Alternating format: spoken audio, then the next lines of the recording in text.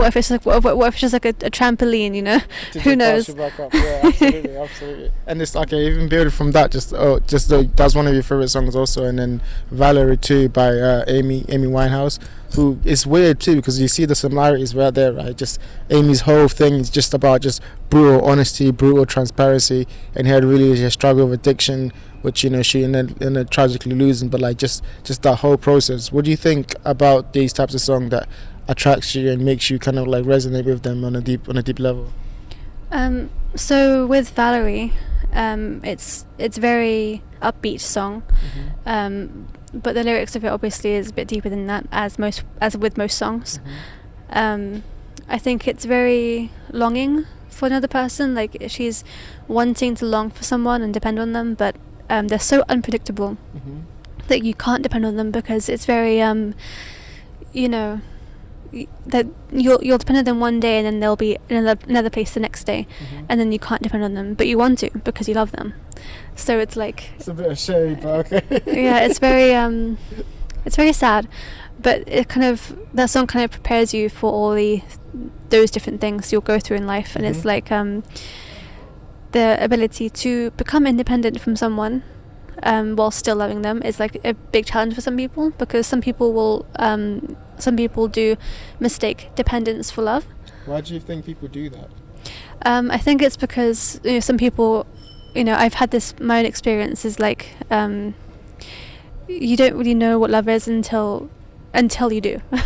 It's like you hear that as a kid, like when you say that you have a crush on someone and then your parents say you don't love them, you won't know until you do. And then it's like when you do experience it, you're like, that's not how. It's like that's not how love is. Like I love my cat. But yeah, when you do experience it, it's different. Yeah, it's because then people will either not experience it or won't allow themselves to experience it because it's so scary, because it's in the unknown, right? No one likes the unknown.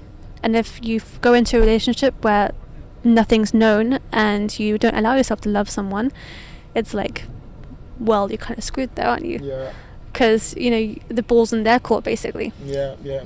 But the thing that people don't realise is that they think the ball is in your court.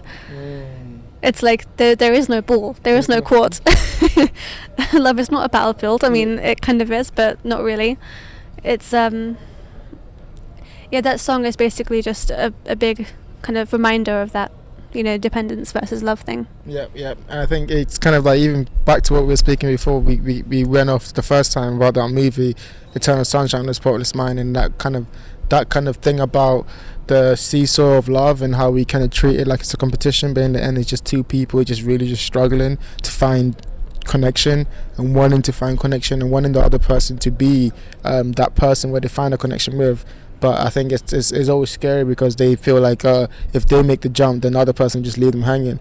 But it was always beautiful. I think that's why romantic movies always resonate with people, because in the end, when that person makes the jump and people go, oh, like he was like it worked, like happily ever after. But like that's obviously not how it works.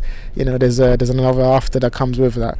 But I think things like movies and music are really like good ways to kind of portray that. And I really like how like your choices in movies and all of it, they have this kind of through line of just kind of like they're not happy, they're more realistic, they're more grounded.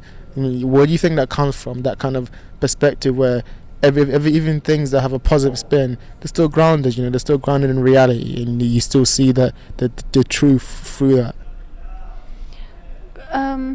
So it's